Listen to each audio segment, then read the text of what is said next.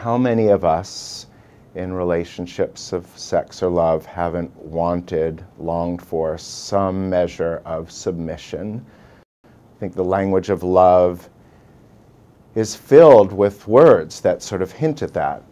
Surrender, overcome, overtaken, lost.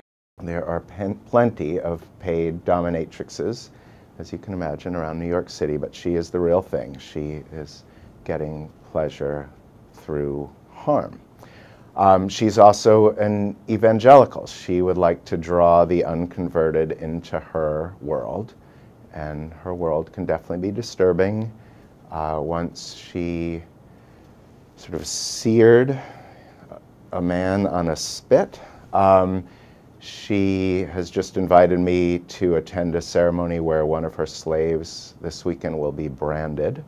I remember once one of the Baroness's submissives, in the course of enduring her electric shocks, said to me, "With the Baroness, I feel like layers of onion skin are being peeled from my psyche." And while I, watching him, was not really tempted to undergo those extreme shocks, you know, there was an element of longing for that kind of experience, for that kind of sexual experience that would literally lead one to one's center.